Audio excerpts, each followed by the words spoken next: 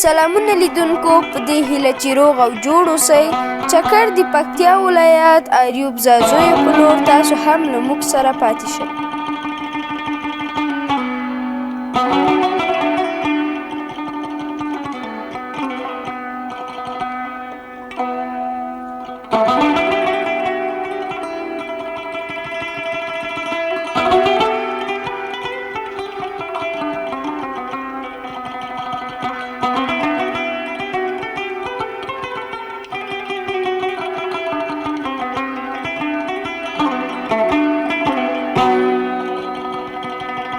قدرمند لیدونکو، د ځاځي ایوب نومې لارې ته رارسېدلي یو او دغه لاره ځاځي ایوب سپینې شګې ته ورسوي.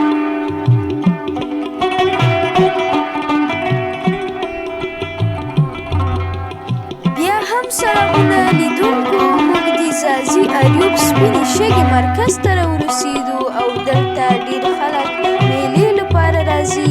دلته به موږ مشاعره هم ولرو او د ښکلو ښکلو منظرو ویډیوګانې به هم در سره شریکې کړم.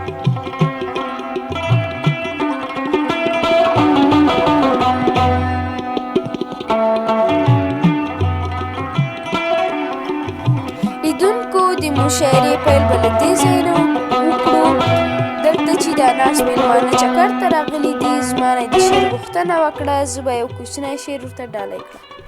حالاتو ته چې ګورم ورځ تر ورځه خرابېږي، ای خدایه څه به کېږي؟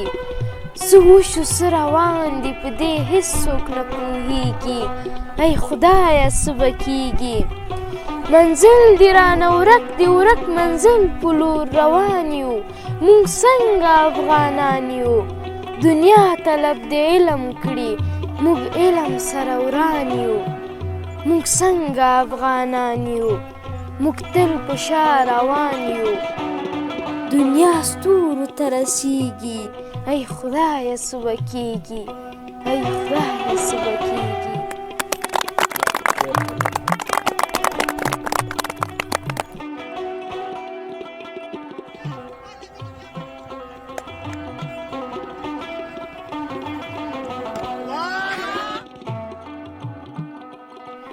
لیدونکو، دلته ما سره ملګین ځاځی شاعر ولاړ دی. راځئ چې له ده نه هم یو شعر واورو. مننه. اول خو هر څه نه وړاندې د کوچني اختر مبارکي ټولو ملګرو انډیوالانو ته وړاندې کوم. انځور د ښکلاګانو مزیدار لري ایوبه، قربان د شمشینکای غوندې سینګار لري ایوبه، او بناو ته اثبات دی د ړندونه به ورک نشي، بناو ته اثبات دی د ړندونه به ورک نشي. سپین غر په سپینو واورو ملمدار لري ایوبه، په پار سر د ایوب کې د تاریخ له ویاړونو، په پار سر د ایوب کې د تاریخ له ویاړونو شهرت د منډایي لري، یادګار لري ایوبه. که زر بدلونه راشي ستا ولس بدلیدی نشي، که زر بدلونه راشي ستا ولس بدلیدی نشي. یه خاوره د پتمنو اعتبار لري ایوبه، او ښکلاوې د دنیا وړه په تاره څرخېدلي، ښکلاوې د دنیا وړه په تاره څرخېدلي، په پټه د جنت سره کوم تار لري ایوبه، ښکلاوې د دنیا وړه په تاره څرخېدلي، په پټه د جنت سره کوم تار لري ایوبه. او غونچا غونچا د حسن د مالګین د زړه راتاوي، غونچا غونچا د حسن د مالګین د زړه راتاوي، د وخت د میانانو سره لار لري ایوبه، د وخت د میانانو سره لار لري ایوبه. له توجه مې ډېره مننه کوم.